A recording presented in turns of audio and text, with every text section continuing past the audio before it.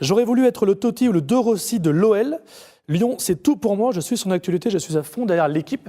Et en gros, Maxime Razik, si je ne me trompe pas trop, C'est au micro de Canal+ hier, voilà. C'était les confrères, lors du CFC. Et voilà, il a évoqué en tout cas son départ. Tout le monde a été surpris par le départ de Max Gonalon, capitaine emblématique de l'Olympique lyonnais, et par les déclarations de Jean-Michel Aulas. Et voilà, on va le dire humainement, on l'a déjà dit sur ce plateau, où on dit tout. C'est-à-dire que dans ce voilà, on est une émission, on essaye de vraiment de tout dire. Humainement, humainement, c'était catastrophique. Je pense qu'humainement, on n'a pas le droit de se comporter de la sorte avec un Maxime Gonalon qui a toujours été irréprochable en dehors et sur le terrain. Bien évidemment, d'un point de vue sportif, la saison dernière, il a été moins performant. On l'a tous dit aussi, on l'a tous souligné, il était moins performant, mais il ne méritait pas une telle sortie.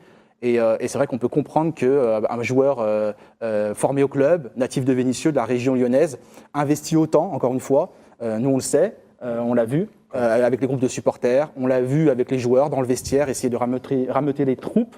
Lorsque l'OL était dans le dur, il a toujours été respectueux avec les éducateurs, avec les entraîneurs, avec tout le monde.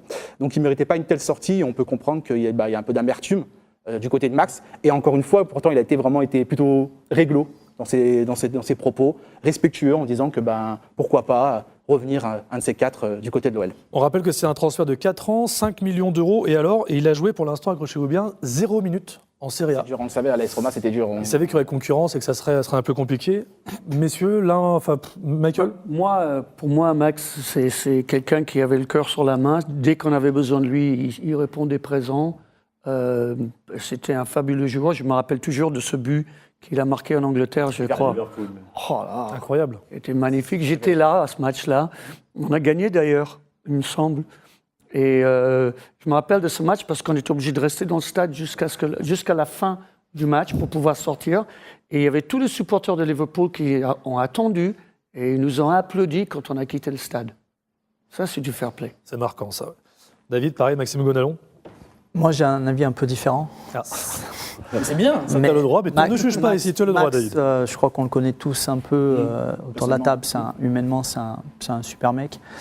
Il a tout donné pour Lyon. À un moment donné, je pense qu'il a bien fait de partir quand l'opportunité s'est présentée, parce que même si, effectivement, on peut dire qu'il veut être le Totti, etc., c'est bien.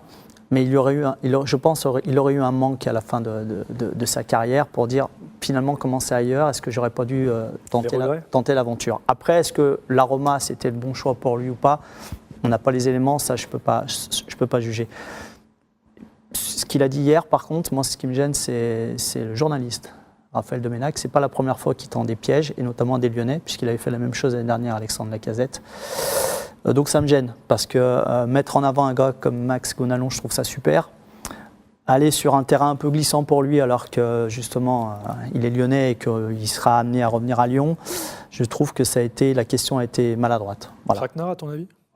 J'irai pas jusque-là, mais c'est encore une fois, moi je constate, c'est pas la première fois que ce gars-là fait ça, je lui ai dit, donc c'est pour ça que je peux le dire ici. Voilà, je pense que si Max doit s'exprimer sur l'Olympique lyonnais, ça doit être que des choses positives, parce qu'il a vécu plus de choses positives que négatives, et il ne faut pas qu'on retienne uniquement ce qui s'est passé, parce qu'encore une fois, je pense qu'il sera amené à revenir à Lyon, et que la communication n'aurait pas dû partir dans ce sens-là. Après, ce qui s'est passé entre le président et lui, ça reste entre eux, je pense, même si c'est venu sur la scène médiatique, mais voilà. C'est ça que j'allais dire, David, en même temps. C'est-à-dire que les gens ont envie aussi savoir le son de cloche. On a eu le son de cloche de Jean-Michel Aulas, on a envie aussi d'entendre le son de cloche du joueur, et savoir si, la vie de Max, connaître la vie de Max, ça me semble quand même intéressant. Quand il était à Lyon, je pense qu'il fallait le faire tout de suite. À partir du moment où il part, faut pas revenir en arrière, ou en tous les cas, pas de cette manière. C'est mon avis. Après, moi, voilà, Nico Irazik en 30 secondes. Moi, du coup, par rapport à ça, je ne suis pas très friand de ce qui s'est passé entre le président et lui, et la manière dont il a été expédié dehors. Par contre, où je rejoins David, c'est que sportivement, ça allait devenir compliqué pour Maxime. Et peut-être que du coup, sa fin avec Lyon aurait été peut-être pire, parce que perdre sa place, son poste de capitaine, être mis à l'écart parce qu'on n'est plus, un peu comme ce qui se passe avec Clément Grenier, il aurait peut-être beaucoup plus mal vécu que là d'être poussé par la sortie, par le seul fait du président. Clément, d'ailleurs, à qui on passe un bonjour. Et Irazik, pour terminer, des dernières secondes, Maxime Gonalon. Oui. Pareil, ça rejoint l'avis de tout le monde ou est-ce que Ouais, t'as- non, c'est bon, j'ai rejoint la vie. Voilà. Mais après, je comprends parce que c'est toujours pareil en fait dans le foot. Chacun défend ses intérêts.